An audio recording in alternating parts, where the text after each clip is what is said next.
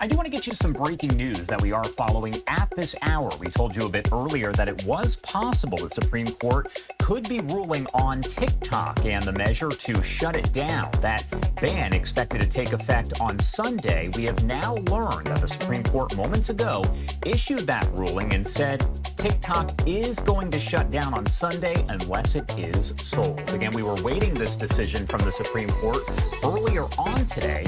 The ban of the Chinese social media app expected to go into effect in a matter of days, just one day before Trump is inaugurated. However, President Biden has said that he will not enforce the ban as it takes effect the day before he leaves office. Congress last year, in a law signed by Biden, required that TikTok's China-based parent company, ByteDance, divest the company by January 19th, that is Sunday, a day before the inauguration. The outgoing administration appears to be leaving the implementation of that law and the potential enforcement of the ban to incoming President-elect Donald Trump. Trump, who once called to ban the app, has since pledged to keep it available in the U.S. here. We've heard a lot from him on Truth Social and in person when he's been asked about it, though his transition team has not said how they do intend to accomplish that. TikTok CEO is expected to attend Trump's inauguration and be granted a prime seating location as the president-elect's national security advisor signals that the incoming administration may actually take some steps there to, quote, keep TikTok from going dark. Incoming national security advisor Mike Waltz on Thursday telling Fox News that the federal law that could ban TikTok by Sunday also, quote, allows for an extension as long as a viable deal is on the table. The push to save TikTok, much like the move to ban it in the U.S., has crossed partisan lines. Senate Democratic leader Chuck Schumer said that he spoke with Biden Thursday to advocate for extending that deadline to ban TikTok. Schumer did say, quote, it's clear that more time is needed to find an American buyer and not disrupt the lives and livelihoods of millions of Americans of so many influencers who have built up a good network of followers.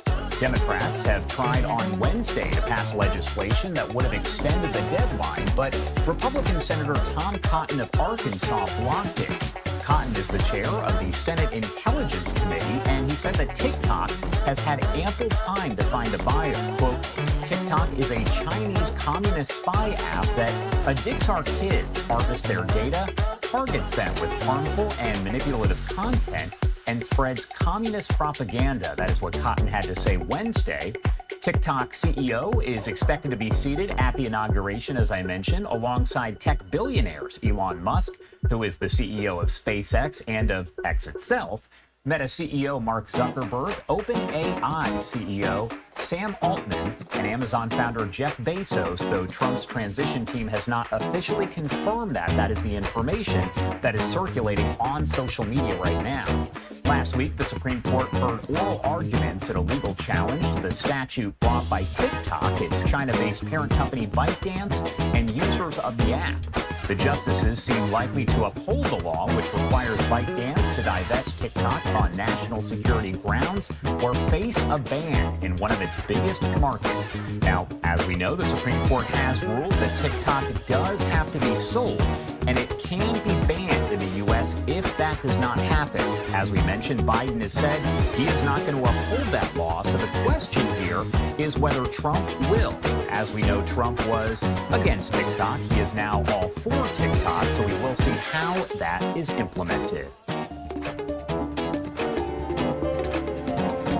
Tonight, we continue our coverage of what could be one of the most consequential Supreme Court rulings in the age of social media. New reactions from top leaders to right here in Iowa on SCOTUS making the decision today to uphold a law set to ban TikTok. So here is the direct ruling from the court. Quote, there is no doubt TikTok offers a distinctive and expansive outlet for expression, means of engagement, and source of community. But Congress has determined that divestiture is necessary to address its well-supported national security concerns regarding TikTok's data collection practices and relationship with a foreign adversary. The Supreme Court said that this is not about First Amendment, this is not a violation, and that there is interest in which the government does have in protecting its citizens and its data, and this law does stand. One question now in the back of minds for millions of TikTok users in Iowa and nationwide: what happens next?